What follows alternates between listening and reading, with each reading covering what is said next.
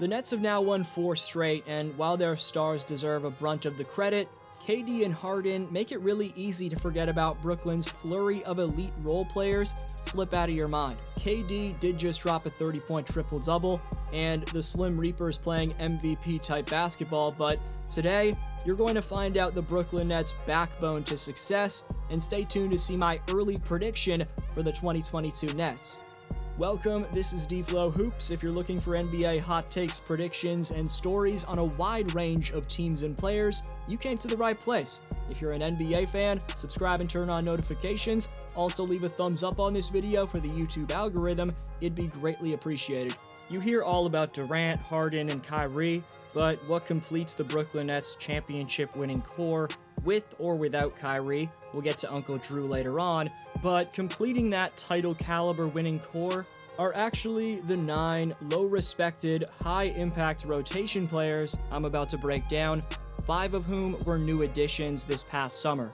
They may not get the attention like the Nets superstars, but they're crucial players who are going to contribute to the Nets making a run in the 2022 playoffs, of course, without the services of Irving. Firstly, Joe Harris struggled in the 2021 playoffs, and so far this season, he's putting up the same extremely average numbers that he did last spring. Having said that, the longest tenured Brooklyn Nets player in Harris has been one of the best deep-range marksmen for quite some time now. Joe led the NBA in three-point percentage in 2021, as well as 18-19, and before GM Sean Marks even acquired Durant, Kyrie, or Harden, Harris was a 14-point per game scorer, 50% shooter from the floor on the number 6 seeded Nets in that aforementioned 18-19 campaign. From his off-ball movement and cutting to the basket to his occasional spot-up threes and his patented perimeter shooting, DeAndre Bembry's been the perfect fit for Brooklyn. DeAndre was on my Raptors last year, and he was one of my favorite players on the squad with his lateral quickness defensively. DeAndre's brought that toughness in 8 games so far for Brooklyn. DeAndre's averaging at least a steal per game now for the 4th season of his career. Bembry's also shooting 54% from the field and 40% from beyond the arc so far. Man's seeming like a great pickup on the wing.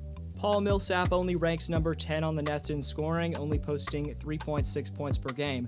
However, the 16-year stretch big and now 36-year-old provides a crucial veteran voice on both ends of the floor.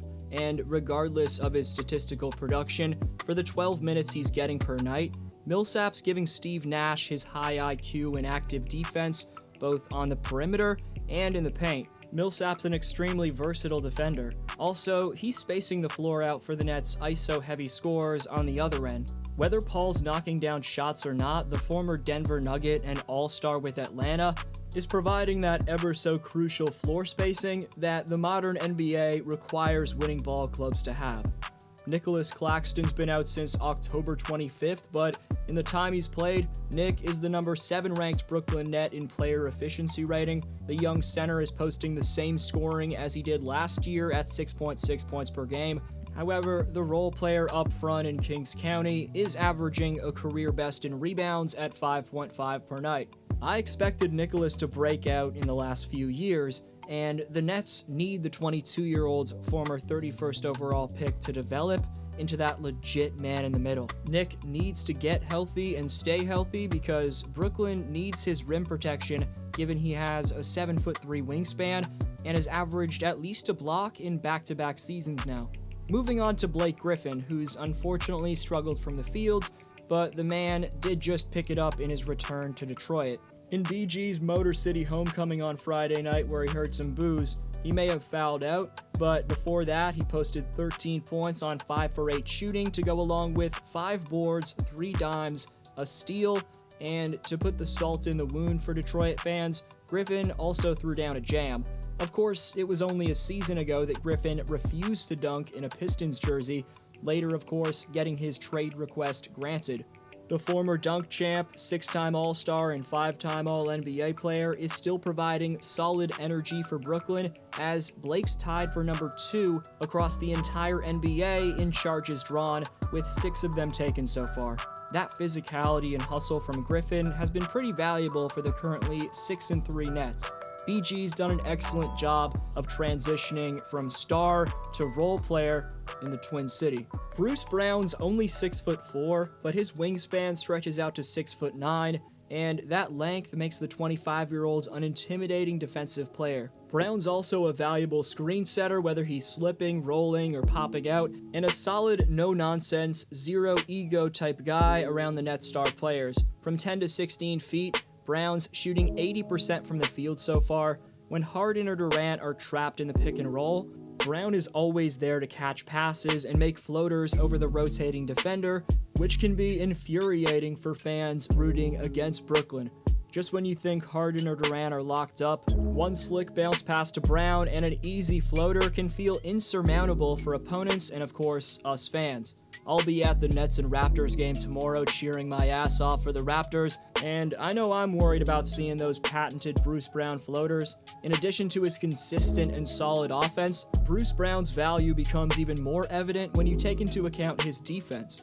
Man's an absolute pest to attacking players, Brown's always creating havoc in one-on-one scenarios, and is extremely intelligent at scoping out the passing lanes. Brown's reach combined with his IQ has allowed him to lead the Nets in steals per game so far at 1.3.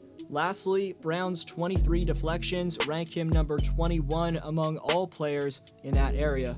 Patty Mills is known as strictly a three-point marksman, and while he went 7 for 7 from deep in his Nets debut, in Brooklyn so far, Mills has also displayed how underrated of a passer and defensive player he is. He gets a hefty 25 minutes per game for a reason, and that's not only because of his shooting. The man's a pesky, laterally quick defender. The 33-year-old is shooting a career-best 52.4% from three-point range, and he ranks number 4 on the team among all net rotation players in player efficiency rating. That last stat just goes to show you the all-around impact that Patty's having. He was known as merely a product of Coach Greg Popovich's system, and a lot of people overlooked his free agent move to Brooklyn, but he was a seriously elite addition by Sean Marks and the Nets front office. To get one of the crispiest sharpshooters of this generation, that was a huge and massively under-talked about move by the Nets. Patty's already contributing in a big-time way through 9 games, and his quick release next to the Nets' 2 superstars is going to make them a dangerous squad all season, and of course in next year's playoffs. James Johnson, to go along with Bruce Brown and DeAndre Bembry, is one of 3 near-elite perimeter defensive players for the Nets. Even though JJ has only played 5 games so far, look for Johnson to be a guy Steve Nash turns to shut down opposing wings. He may be at the end of the bench right now, but I think Johnson will ultimately establish himself as a vital rotation player. He's had a long career where the one thing that's kept him legitimate and in the league is his tough perimeter defense. Sean Marks picked him up for a reason, and that was to have an extra body to shut down wings like Jimmy Butler, Giannis, Tatum, and Brown, among many others come the playoffs. Within the confines of a playoff series where coaches are playing chess matches with each other in terms of their game planning, JJ will almost certainly get his minutes at some point. After retiring due to heart concerns last year, LaMarcus Aldridge was reacquired by the Nets, and that move is certainly paying off for both LaMarcus and Brooklyn. Aldridge is number 2 on the team in PER, shooting 78.5% from the mid-range this season, which leads the NBA. Aldridge has been underrated throughout his entire career. Now, of course, he's no longer an all-star like he was during his prime in San Antonio and Portland, but people tend to forget about how good he can make this Nets team. From the fields overall, Aldridge is shooting a career-best 65.7%, and he's just coming off a game in Detroit where he looked like his prime self, coming through with buckets down low for Brooklyn on the road. Now for my early prediction for the 2022 Nets. As you can see, this Nets team is far from top-heavy. They've got a deep core of talented two-way players, more than capable of supporting Harden and Durant, even without Uncle Drew. Kyrie's elite scoring can't be replaced, and the Nets are certainly more beatable without the services of a third elite shot creator, but based off the supporting cast and the fact that you already have an MVP-type KD and an elite playmaker in Harden, I think this team is more than capable of winning without Kyrie. The Nets winning it all, however, isn't my early prediction. What I will predict is that this Nets team will get to, at the very least, the conference finals. James Harden will definitely have to be more consistent, but he's just finding his rhythm after the hamstring setback he suffered last spring. Let's give him some time. The scoring they can get from integral pieces like Mills, Aldridge, Griffin, Brown, and Millsap is going to have the task of replacing Kyrie.